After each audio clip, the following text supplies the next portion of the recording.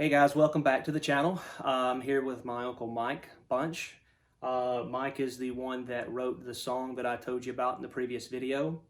I'm going to let him kind of go into the story of it, what it meant for him, but I wanted to kind of give you my point of view beforehand and why it's important to me.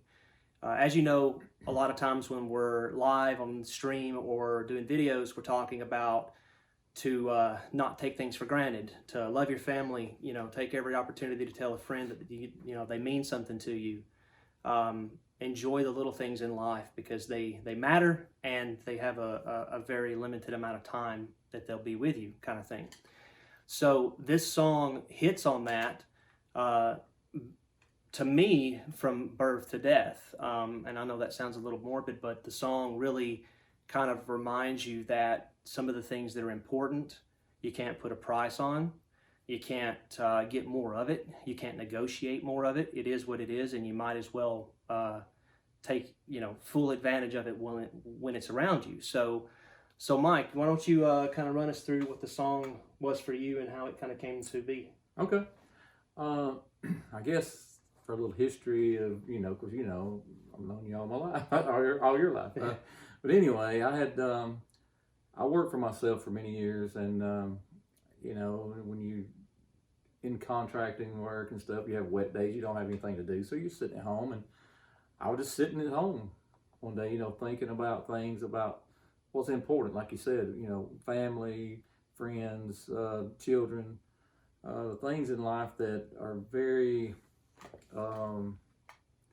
sometimes they don't cost you anything, but they're worth more than money can even think about purchasing. So that's why in my mind, I thought, things money can't buy. And I got to thinking about those things, and about not into any particular individual's life. I know a lot of people think that I wrote the song about me and my wife at the time. She had passed away with cancer, but prior to that is when I wrote this song. And I think a lot of people thought I wrote that song about us, but I guess in the back of my mind, subliminally or whatever you want to call it, I was thinking, and I guess that's where some of it may have come from, about life experiences and stuff. And that's what mostly that I guess any songs that I do write or I think of, are mainly about life experiences and what's going on. And so I was just thinking, okay, what money can't buy, and it can't buy love. I mean, you can care about something, but really loving someone or something is different than just caring or, having an appreciation for something. And so money can't buy love. I mean, you could care about an individual or love somebody so much, that don't mean they have to love you. So when that love is reciprocated, then it's awesome. So, and I guess that's what I was thinking about. You love someone, you find someone, you meet them, you fall in love. And then, as things go on, progress, you get married, you have children, and you watch those children grow up, and you see the things that they do. Things that you could miss out on if you're not fortunate enough to be there at those times. And that's some of the things I touch on in the song. Crawling, walking, talking for a child, first words, first steps, first crawling. Those things are important to us as we get older and we think back on that child. And so it's, I put all of that's involved in this song. And like I say, it's not just about me or about my life. It's about life in general and about everybody. This song should mean the same thing to every individual that listens to it that has a relationship or a family or a home. And so that's basically how it came about. So the song, while in your version of it, is applicable to people, children, life in general, it can really be applied as an analogy to anything that you love, not just the individual. Right, true. So a church or a home, a football team, or whatever the case may be, if it's something that you truly love and it brings value to you, it's priceless. That's true. So how long did it take you to write it? Was it a long period, or was it something pretty quick? No, actually, this song, I wrote it in the day that I was talking about. I was here at home doing nothing, I thought, well, I need to I got to thinking about things money couldn't buy, and I started writing it down. And I wrote the first verse and chorus, and then I thought, well, okay. Then I wrote the second part, and then I wrote the third part, which is about children and stuff. And then I thought I was finished. I said, well, man, that sounds good, I thought. And so when my wife came in later that evening, I said, hey, I wrote a song today. Why don't you listen to it and see what you think? And so I sang it to her, and she said, well, that sounds good. She said, but you're missing something. I said, what? She said, well, you need a part about growing old together. Growing old. I said, you're right. So I came back in, sat down here on the couch, and just wrote the last part of it about growing old together and put it in there, and it did. It tied everything together from early in life to your middle life with your children, your family, to getting old, and stuff. And not everybody has that opportunity to grow old with someone that they love. For myself,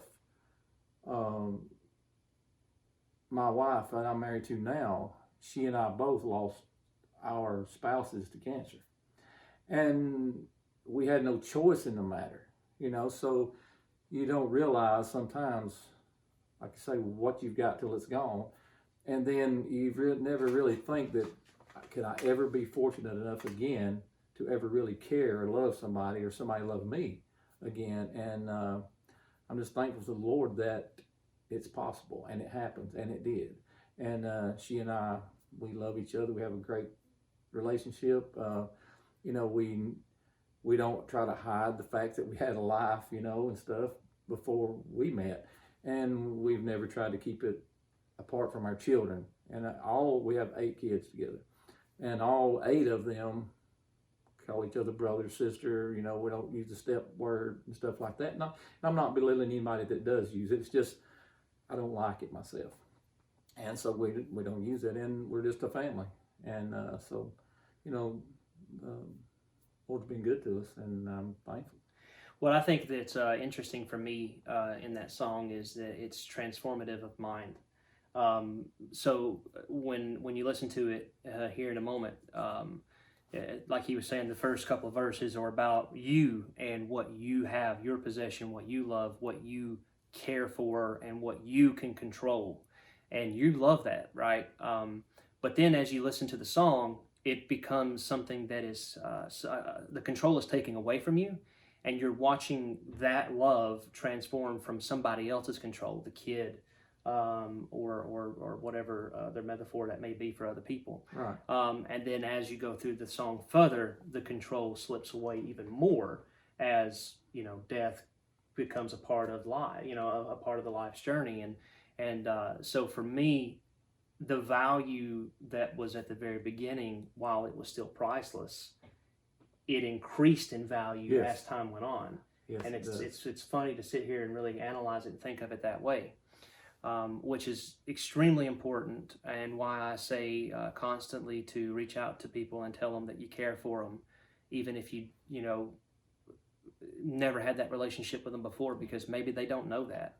I didn't really think about this until just now, and this is not really related to this video particularly, but as we were sitting here talking about life and death, I want to make sure that it is known that we had a friend in the community. He went by JoJo Pet V, big Minecraft player, 37 years old, had his life in front of him. I think he was 37. He may have been 32. I'm not 100% on his age. We played games together. He was in one of my videos playing games with me probably 4 weeks ago. Mm-hmm. Right, yeah. So big channel, couple 100,000 viewers. A lot of people liked what he did. Just died. He died the other day, actually. In case anybody didn't know, that's why I wanted to put this in here, is because he had a hemorrhage or an aneurysm or something in his brain, and he bled in his head and just passed away unexpectedly with no notice, no warning signs. It just happened out of nowhere. And I had the opportunity to spend a few minutes with him close before he left. And, it wasn't like a brothership kind of thing. We were friends and acquaintances. But what if that was a brother, or what if that was your mother or dad, and they were taken away so suddenly? So that's why this song matters to me so much, is that people need to make sure that they use every moment that they can to show gratitude to what they really care for. Right, that's it. Now, this isn't the only song that you've wrote. If I'm not mistaken, when we were talking earlier, you said that this song didn't have music for a while and it sat around. You wrote some other songs on top of recording some gospel songs for church, and you sent it to a place to have music put with it. Right. Yeah. What was the kind of process there? The process of that would be, I mean, anyone I think that writes a song, a melody comes in their head along with it. You know, they may not, I don't know anything about music. You know, I can't play anything. I just try to sing. But, you know, when the words, and I'm going to say music, but I don't really mean music. I just mean the melody comes into your head, and you know, you get to where you can just sing it, you know. And so when I do a song, I just start singing it to myself, you know, and then I'll sing a part, and then I'll add something to it, and I'll just sing it over and over and keep adding and building on it. And sometimes it's very easy. I'm not going to say, and some are very difficult. You know, I've written songs that, you know, driving home from a hunting trip in Missouri, or coming home from my in-laws in Ohio, and so it can be a slow process sometimes, or it can be a very quick process. It's just according to what's going on in your mind, I guess, you know. But anyway, when you get the melody and you get your words, and then, like I say, if you don't know anything about music, which I don't, then you find somebody that does, and you just say, listen to this song. This is how I want it to sound. Yes, I'm not dead set on it being exactly like this, but we can change it up, you know, tempos, whatever. And but fortunately for this one, it never changed anything. You know, when I sent it to the guy, a friend of mine, he just started out with some church friends of mine. Actually started basic piano and some, you know, guitar, and then we sent it to the other friend of ours, and he did all the fiddles and just about everything on there other than the piano and stuff is him. And you know, then when you get to hear something that you wrote that comes to life, it's kind of amazing, you know. And it's the way it's done on several songs, some of our gospel songs that, you know, we've written, and just to see them go from a piece of paper to actually being able to listen to it or sing it, you know, or hear somebody else sing it. And I think that's one thing. I would love to sing my own music, but I'm not greedy about I have to be the one to do it. You know, if somebody else could sing it and my music could be heard, you know, wherever, it would be pleasing to me, because all I want to do is help somebody. You know, if this song can help somebody, or if my song's about my relationship with the Lord, help somebody with their relationship with the Lord, or just their life. It's just, you know, that's my goal, is to help others, and that's what I want to do. So. All right. So if we do some more of this stuff, I know that you sing with you know, the other family members as well, and we may, you know, use some of those songs, and we'll do this same kind of charade with them when that comes up, so that everybody can be introduced and Right. talk about it. You know, maybe we'll keep it as simple as we can. But before we play the song for everyone, if you were to point out something, because you say you want it to help people, if you were to try to give them one takeaway from this, if you want them to really focus on one thing while listening to the lyrics and listening to it, what would that be? What would your message be in this one? Don't waste a moment. Don't waste a moment of, I mean, I know we live in a life that's busy, and we have to work, we have things that we have to do, and that takes time away from our family, our friends, our loved ones, or, like you said, some things maybe we enjoy doing. But inanimate objects aside, those that you love, your family, your friends, your spouse, children, grandchildren, you know, friends, whatever, don't waste a moment of being able to spend some precious time with them. Like you said earlier, it's gone before you know it. If you live 100 years on this earth, and you can look back over it in 25 minutes on a video of different snippets of your life, and you can relive your whole life in just a few moments. And So don't take it for granted, like you said. But the main thing is don't waste time. Love your friends, love your family. Let them know how you feel.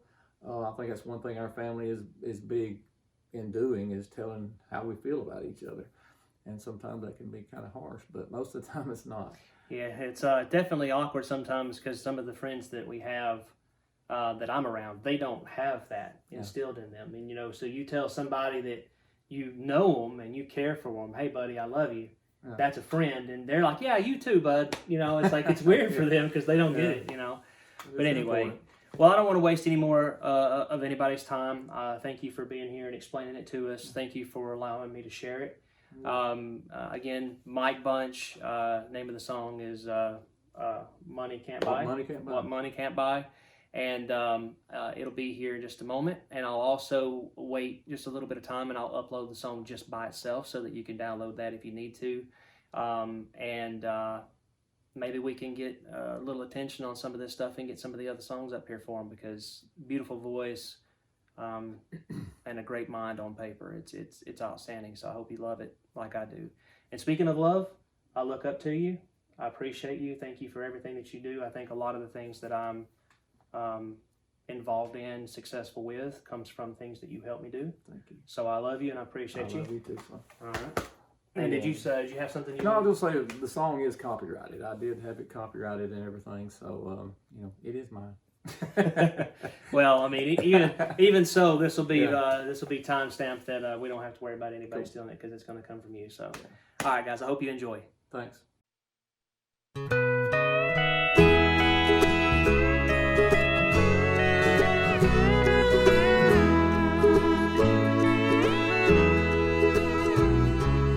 I don't have money, darling, I do have love.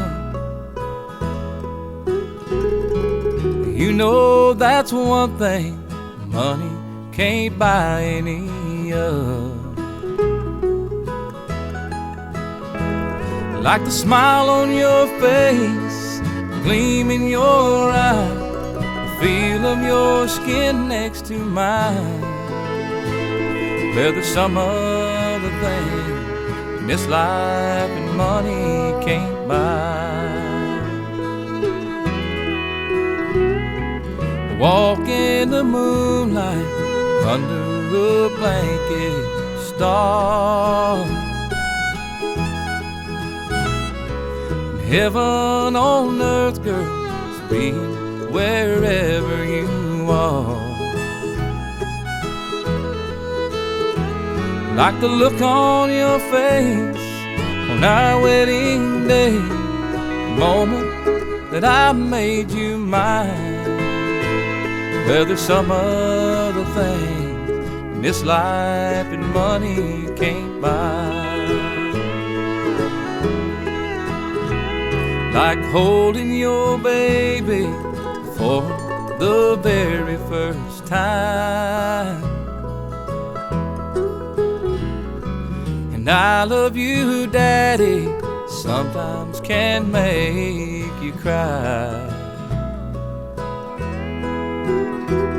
Like watching them crawl, hearing them talk, walking for their first time.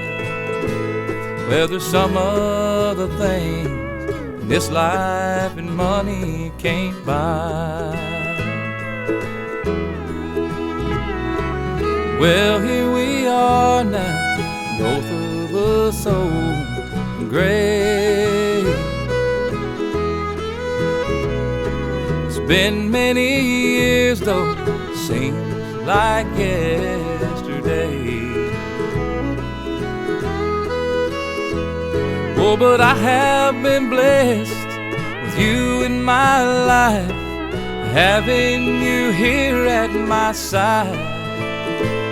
'Cause you're one of the things in this life and money can't buy. Like the smile on your face, the gleam in your eye, still love the feel of your skin next to mine.